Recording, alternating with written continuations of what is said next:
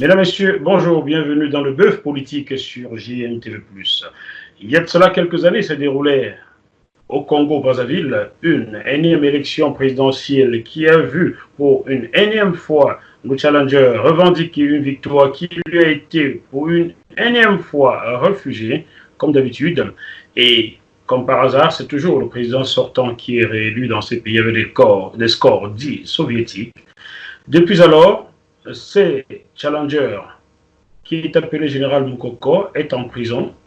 On le croyait seulement en prison, mais aujourd'hui, il paraîtrait que sa vie soit fortement menacée. C'est la raison pour laquelle j'ai eu envie d'inviter à nouveau son avocat sur ce plateau. Vous l'aviez déjà vu il y a quelques années, 1 an ou 2 ans par là, Maître Norbert Tricot est dans l'invité du bœuf politique aujourd'hui pour nous donner des nouvelles du général Moukoko. Bonsoir, Maître Norbert Tricot. Bonsoir Jackie. Comment allez-vous? J'irais mieux si notre client, parce que je précise que nous sommes un collectif d'avocats, j'ai 4 confrères du barreau de Brazzaville et 2 autres confrères du barreau de Paris qui s'occupent de la défense du général Jean-Marie Michel Moukoko, qui, comme vous l'avez rappelé, était ancien candidat à l'élection présidentielle anticipée de mars 2016 au Congo-Brazzaville. Alors, nous le savions en prison, mais quelque chose de terrible se serait déroulé ces jours-ci. De quoi s'agit-il, Maître Tricot? Ça fait depuis juin 2016, donc juste après les élections, que le général Jean-Marie Michel Moukoko est emprisonné, puisque justement on lui reproche d'avoir gagné les élections et de ne pas avoir reconnu le trucage électoral du général Sassou Nguesso. Et donc, au bout de 4 ans de prison, je rappelle que le général Jean-Marie Michel Moukoko est âgé de 73 ans, que cela fait depuis le mois de mars de cette année que nous, avocats, nous demandons que la maison d'arrêt de Brazzaville, qui est un cluster de Covid-19, soit libérée de tous les prisonniers pour éviter la généralisation du coronavirus Covid-19. Ça nous a été refusé. Et donc, ce début de semaine, lundi à 7 h du matin, le général Jean-Marie Michel Moukoko, dans sa cellule, a fait une syncope et il a perdu connaissance. Donc, sa famille a demandé à ce qu'il soit examiné par un médecin, ça a été refusé, a demandé qu'on lui fasse un test tout de suite du Covid-19, ça a été refusé. Il a fallu attendre jeudi, donc, pour qu'il soit transféré, jeudi en fin d'après-midi, à l'hôpital militaire de Brazzaville, où il est actuellement.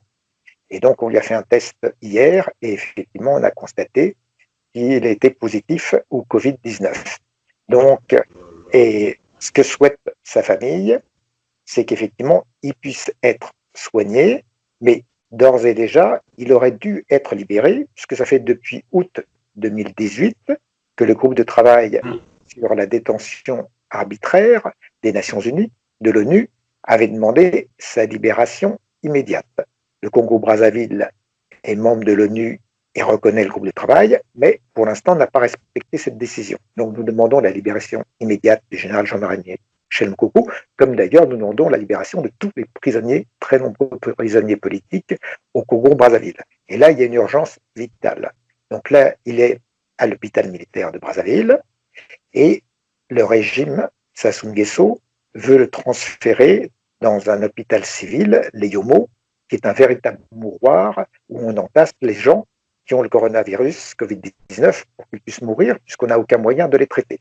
Il n'y a pas assez de respirateurs, et d'ailleurs, dès qu'un dignitaire du régime est atteint du coronavirus Covid-19, on lui affrète un jet privé pour qu'il vienne se soigner en France, au Maroc ou en Afrique du Sud, mais pas dans le pays qui n'a pas les infrastructures pour ça. Donc l'urgence, c'est qu'effectivement, il ne soit pas envoyé dans ce mouroir qui est l'hôpital Leyo. Alors, sa famille et vous, ces avocats, vous êtes mobilisés depuis 5 jours. Qu'est-ce que cela a donné?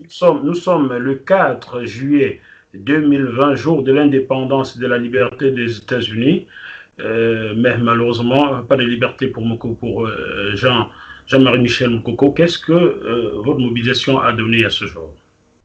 Notre mobilisation a donné le fait que de nombreuses organisations de la société civile, dont notamment Amnesty International, se sont mobilisées pour réclamer la libération immédiate du général Jean-Marie Michel Mokoko.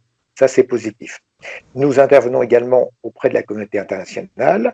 Rappelons que le 3 septembre de l'année dernière, la France, par la voix de son ministre des Affaires étrangères, M. Jean-Yves Le Drian, lors d'une visite du général Denis Sassou Nguesso, avait rappelé qu'elle demandait la libération du général Jean-Marie Michel Mokoko, qu'elle demandait des actes à ce sujet au général président éternellement réélu, Denis Sassou Nguesso.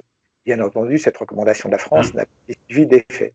Donc nous demandons aujourd'hui des actes plus forts et nous demandons des sanctions contre le régime Sassou Nguesso, car c'est la seule façon de l'amener à arrêter sa politique criminelle et mortifère d'élimination des opposants. Donc, il y a urgence. Nous prenons exemple sur ce qui s'est passé en République démocratique du Congo. Il a fallu les sanctions de la communauté internationale, notamment de l'Union européenne et des États-Unis d'Amérique, qui ont sanctionné les dirigeants sécuritaires du régime Kabila, ce qui a favorisé la transition démocratique et l'élection du président opposant, le président Félix Tshisekedi, à la magistrature suprême. Donc, si au Congo-Brazzaville, il n'y a pas de sanctions de la communauté internationale, malheureusement, les opposants vont continuer à périr en prison. Ça a été le cas du colonel Marcel Tsuru, qui est mort en prison pour faute de soins, défaut de soins. Et effectivement, la politique du régime Sassou Nguesso, c'est de faire mourir les opposants, faute de soins, en prison. Alors, en sondant les Congolais, ça et là, j'entends dire que le régime Sassou Nguesso souhaiterait tout simplement laisser mourir ce monsieur, et vos dires semblent confirmer cela. En quoi M. Jean-Michel Marcel Mokoko est-il gênant aujourd'hui pour ce régime? N'est-il pas assez brisé comme ça? Non, non, justement, c'est quelqu'un qui n'est pas du tout brisé. Jean-Marie Michel Mokoko, c'est quelqu'un qui est extrêmement populaire. Il avait acquis sa popularité en 1990, lorsqu'il y a eu la grande grève de la Confédération des syndicats congolais, et que à l'époque, il était chef d'état-major des armées, et le général président de l'époque, qui était déjà Denis Sassou Nguesso, avait donné instruction de tirer sur les manifestants désarmés en grève. Le général Mokoko avait refusé, en disant qu'il ne peut pas exécuter un ordre illégal, donc de tirer sur des civils désarmés, et il avait demandé une concertation nationale, et il s'en était suivi la conférence nationale souveraine qu'il avait contribué à protéger. Et comme vous le savez, la conférence nationale souveraine avait dénoncé des crimes du régime Sassou Nguesso et avait imposé l'organisation des premières élections présidentielles libres et transparentes au Congo-Brazzaville. Et à l'époque avait été élu le professeur Pascal Lissouba. Et le général Sassou Nguesso, le 5 juin 1997, avait organisé un coup d'État sanglant contre le président Pascal Lissouba. Avec l'aide de quelqu'un en France, il ne faut pas dire qu'il a organisé, il faut dire qu'il a été aidé par tel. Appelons le chef par son nom. Il a organisé ce coup d'État avec une aide internationale, celle notamment de Jacques Chirac, celle de l'Angola, effectivement, de différents pays qui, pour des intérêts pétroliers, ont accepté de le remettre au pouvoir dans le sang. Ça, c'est parfaitement exact. Donc, le général Jean-Marie Michel Mokoko avait dû s'exiler à l'époque. Ensuite, il a fait des missions internationales de maintien de la paix dans différents pays du continent africain, et plus récemment en République centrafricaine. Et d'ailleurs, c'était depuis Bangui en République centrafricaine qu'en janvier 2016, il avait annoncé sa candidature à l'élection présidentielle. Et il se trouve, dès le premier jour de campagne, le 4 mars 2016, il a été interrogé par la DGST, la police politique, et son domicile a été perquisitionné. Grave erreur de procédure pour le régime, parce qu'après, comme son domicile avait été perquisitionné, on ne pouvait plus dire qu'il avait des armes à son domicile, puisqu'il avait déjà été questionné. Mais quand même, considérer qu'il avait des armes et qu'il n'avait pas vu dans la perquisition qu'il y avait des armes. Donc, mais pendant sa campagne électorale, le général Jean-Marie Michel Mokoko, qui est un homme du Nord, a fait campagne dans tout le pays, et il a fait un meeting dans le sud à Pointe-Noire, où toutes les télévisions internationales ont démontré qu'il y avait près d'un quart de la population du pays. Jamais dans toute l'histoire du Congo-Brazzaville depuis son indépendance, il n'y avait eu un meeting, un rassemblement aussi important. Donc c'est la popularité du général Jean-Marie Michel Mokoko qui fait peur au régime Sassou Nguesso. Donc il est appelé par les Congolais Moïse ou Mandela, et d'ailleurs lui-même avait dit qu'il se présentait à l'élection présidentielle, mais qu'il sait qu'il serait emprisonné, parce que on lui reprochait d'être arrivé en tête de l'élection présidentielle. Et comme Mandela, il sortira de prison pour libérer son pays. Et c'est ce qui fait peur au régime Sassou Nguesso. Ils ne veulent pas qu'il sorte vivant de prison, parce qu'ils savent que s'il sort de prison, eh bien, c'est la liesse populaire et c'est la fin du régime Sassou Nguesso qui veut préparer les élections présidentielles de 2021, l'année prochaine, pour les truquer une nouvelle fois, alors que le parti présidentiel, le parti congolais du travail, le parti des corrompus et des tricheurs, est en pleine division, guerre de succession, que différents plans s'opposent, et donc que certains tenants du régime sécuritaire, comme l'amiral Chandemike Okemba, voudraient succéder à Denis Sassou Nguesso et s'opposer à son fils Denis Christel Sassou Nguesso. Donc le pays est en pleine division. Le général Denis Sassou Nguesso a ruiné le pays, a endetté sur 20 ans le pays, en gageant les recettes pétrolières et douanières, c'est surendetté auprès de la Chine. Donc le Fonds monétaire national a été obligé de mettre des conditionnalités parce qu'il s'est aperçu que les comptes étaient truqués. Donc la dette était sous-estimée, les comptes étaient faussés. Donc on a un pays qui est au bord de la ruine économique, la population qui est totalement affamée. Et effectivement, le seul espoir pour les Congolais, c'est le général Jean-Marie Michel Mokoko, qui est le seul qui rassemble tous les Congolais, qu'ils soient du nord, du sud, de l'est ou de l'ouest. C'est l'homme politique le plus populaire dans tout le pays. Dernière question. Vers quoi s'achemine-t-on? Il est toujours à l'hôpital militaire en ce moment ou l'a-t-on déjà transféré ailleurs? Vers quoi s'achemine-t-on? Il est toujours à l'hôpital militaire et sa famille et mes confrères du barreau de Brazzaville s'opposent à ce qu'il soit transféré au mouroir de l'hôpital de Yomo. Donc, tout est fait pour qu'il reste à l'hôpital militaire. En attendant, nous, ce que nous demandons, c'est sa libération immédiate, de même que nous demandons la libération de tous les prisonniers politiques. Car tous les prisonniers à la maison d'arrêt de Brazzaville sont condamnés à mourir du Covid-19. Donc, je suppose que vous qui êtes en France, vous avez adressé une correspondance au ministre des Affaires étrangères, Jean-Yves Le Drian, et à Emmanuel Macron, qui aurait fait libérer Maurice Kamto du pays voisin qui est le Cameroun. J'espère que vous les avez contactés pour ce cas-là. Alors, nous, effectivement, nous les contactons à ce sujet. C'est exact.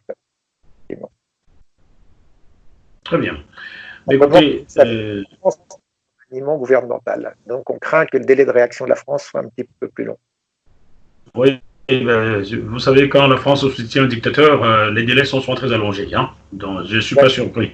Hein? C'est le cas au Gabon, au Congo, au Bénin. C'est le cas partout en Afrique noire francophone. Je ne sais pas si les autorités françaises pensent que c'est de cette façon que la France restera une très grande nation. Moi, j'en doute. On ne peut pas tous les jours mettre des fessées à un enfant qui grandit. À un moment, il vous dépasse en taille, il faut lui parler autrement. Voilà, c'est ma position. Écoutez, Maître Norbert Tricot, s'il vous plaît, donnez-nous des nouvelles sujets un petit peu plus à chaque fois que vous le souhaiterez. Nous aimerions informer notre public de l'évolution de ce dossier-là. Donc, donnons-nous rendez-vous dans quelques jours pour en reparler, s'il vous plaît. À votre disposition. Nous sommes dans un cadre d'urgence humanitaire, donc nous sommes tous mobilisés. Merci. Merci bien, Maître Tricot. À très bientôt. À très bientôt. Au revoir. Au revoir. Chers téléspectateurs, on se retrouve dans quelques jours, toujours avec Maître Tricot, pour analyser la situation, toujours au Togo, au Congo-Brazzaville, et la suite que cette affaire de Jean-Marie Michel Mokoko aura connue. À très bientôt. Bye.